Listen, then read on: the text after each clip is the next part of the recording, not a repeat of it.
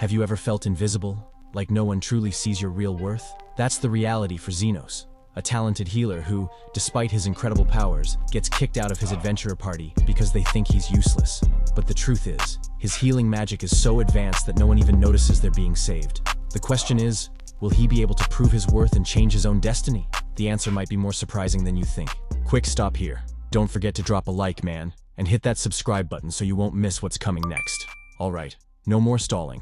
Let's get into the video. Zenos is cast out of his group because they think he's worthless. But in reality, his healing magic is so advanced that nobody realizes they're being healed. The story begins in a kingdom where healers are highly respected. The royal hospital is packed with healers learning new techniques and getting their licenses to start their journey. Zenos, a boy with no formal training but incredible skills, is treating a man. As he leaves, his assistant reminds him he has a visit to make and that dinner will be ready when he gets back. On the street, he runs into a girl with stomach pain and a man named Forbes, who treats her harshly. She says she went to the hospital, but since she has no money, they refuse to see her. Forbes, indifferent, drags her to a cemetery and throws her to the ground.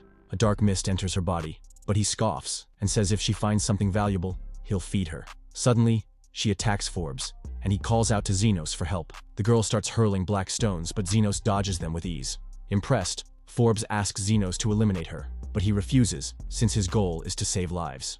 Zenos then shatters a massive rock with his bare hands and uses magic to send the girl flying into a house, calming her down. As he approaches, he realizes she's possessed by a spirit and uses his magic to set her free. Amazed by Zenos' powers, Forbes asks him for healing, but Zenos says he's off duty. Forbes insists, so Zenos demands extra payment. He hands over a bag of coins, but Zenos reveals he's an unlicensed underground healer. Zenos then asks for the girl as payment, and Forbes agrees. Zenos heals Forbes and takes the girl with him. At home, Carmilla, the resident ghost, is excited about the food, but Lily reminds her it's not ready yet. Zofia shows up asking for Zenos, but Lily says he's out, so she decides to wait. Linga arrives, and Zofia tries to send her away since she's the patient of the day, but Linga decides to stay. An orc named Lowe barges into the house, and Lily tells her that before joining the group, she'll have to fix the door. The three of them stay for dinner while Lily goes off to put away the clothes. The girls sneak a taste of what Lily was cooking and are blown away by the flavor.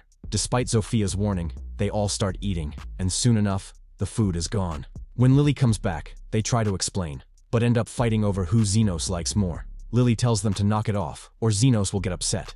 They apologize and offer to help remake dinner, but Lily admits she's out of ingredients. Carmilla, overhearing everything, blows up at them for eating all the food.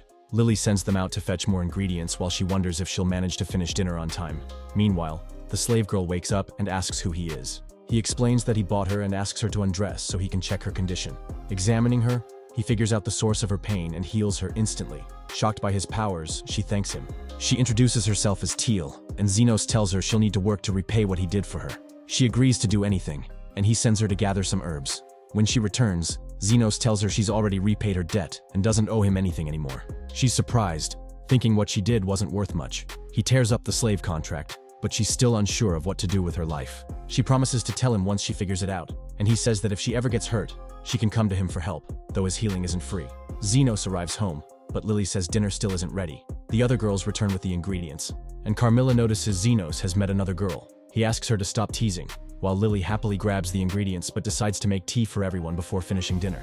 Before all this, we find out Zenos was once part of an adventurer group. The leader, Aston, hands him a single gold coin, saying he'd never earned that much on his own. He claims Zenos wasn't contributing anything to the team, and that they didn't need him anymore. Even though Zenos reminds him that Aston was the one who invited him, the whole group laughs, and Aston adds that he only keeps around those who are essential, and wouldn't feel a thing if Zenos died. Aston explains that the group is now famous and about to perform for nobles, so they can't have someone like Zenos on the team. Zenos argues that it was only possible thanks to his magic, but in response, Aston hands him a single gold coin as a farewell gift, and orders him never to tell anyone he was part of the group. Meanwhile, somewhere else in the city, a man tries to kidnap Lily. She fights back, lands a kick, and tries to run, but gets struck in the leg by an arrow and falls. The guy charges at her, she bites him, and he retaliates with a stab. That's when Zenos arrives, asking what's going on. The attacker says it's none of his business, since she belongs to them. Without thinking twice, Zenos buys Lily with the only coin he received from Aston. Lily, bleeding and thinking she's about to die, is shocked when Zenos heals her instantly. She figures he must be some famous healer, but he admits he doesn't even have a license. She feels awkward knowing he spent his only coin to save her, but he tells her not to worry, and asks where she lives. When Lily says she doesn't have a home, he decides to buy her new clothes and get her something to eat. At the restaurant, Lily is surprised when he doesn't order anything, but Zenos just says he isn't hungry, when in truth, he doesn't have a single cent left to buy food for himself. That's when a man named Zond stumbles in, injured. Zenos heals him quickly, leaving him stunned. As thanks, Zond gives him money, and that's when the idea of opening a clinic is born. Lily wants to help him, but Zenos reminds her that practicing without a license is illegal, and he doesn't want to drag her into that mess. But Lily insists, after all, he technically bought her, so she declares she'll follow him wherever he goes. Faced with her persistence, Zenos finally agrees to let her stay by his side until he finds a safe place for her. The two end up at an abandoned house, and Lily asks why he chose such a remote spot. Zenos explains he can't open a clinic in the city without a license. Lily hesitates to go inside, scared because she's heard stories about specters that can kill you with just a touch. But Zenos sees the place as perfect, at least until Carmilla, a specter, suddenly appears. Lily panics, but Zenos pushes her aside with a spell, revealing that he's already defeated hundreds of specters before. He apologizes to Carmilla, and promises that if she lets him use the space for a clinic, he won't cause any trouble. Furious, Carmilla tries to attack him, but she can't even get close. Shocked by his strength, she summons a few minions, but Zenos wipes them out in the blink of an eye. Impressed, Carmilla agrees to let him use only the first floor. After cleaning the place, Lily suggests advertising the clinic, but Zenos says that would just attract too much attention from the Royal Institute of Medicine. She worries that without spreading the word, no patients will come. But soon enough, the first ones arrive. Just as Zenos expected. He had already noticed the man's wound was caused by a magical weapon, something normal clinics can't treat. Zond then asks Zenos to examine his sister, Zofia, who has an even worse wound than his own. Zenos says the only solution is to amputate the arm before the poison spreads, and he charges 1 million coins to do it. Zofia tries to bargain, claiming she's well known in the area.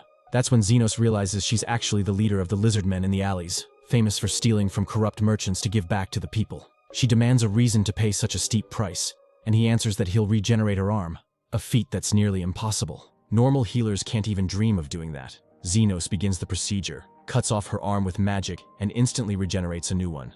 Zofia is left in total disbelief. Meanwhile, Zond freaks out when he sees Carmilla's head sticking through the ceiling, but Zenos reassures him she means no harm.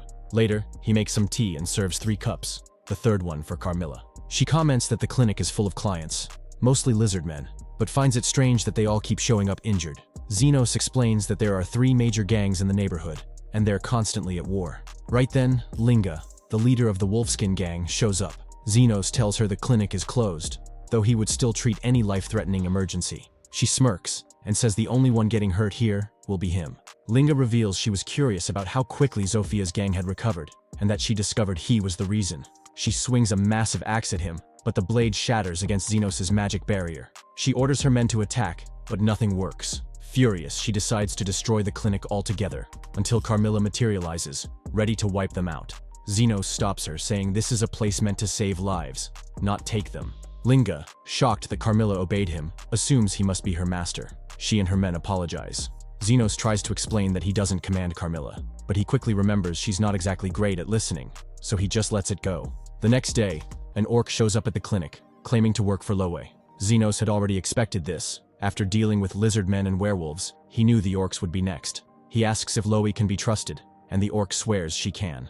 Zenos recalls how Zofia has been bringing him expensive gifts, while Linga is building a palace right next door to make up for her mistakes, and he hopes Lowe won't do anything like that. When he hears she can't come because she's unable to move, he decides to visit her himself. Lowe reveals she's well known in the alleys, and asks him to figure out why she can't get out of her chair. Upon examining her, Zenos discovers a mana stone lodged in her stomach, on the verge of exploding.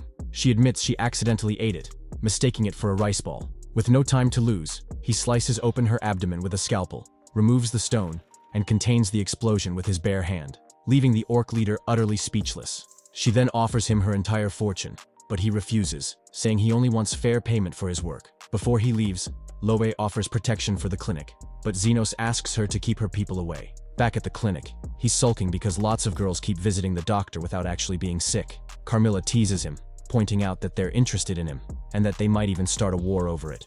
Sure enough, the 3 faction leaders show up and declare war among themselves, with the rule that whoever wins gets Zenos. He lets them fight it out. While they clash all day, he just keeps healing everyone.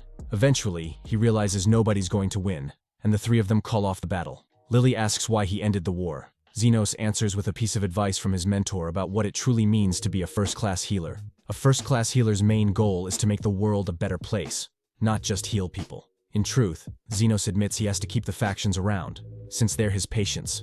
But honestly, that's just an excuse. If everyone got along, he'd have way less work to do.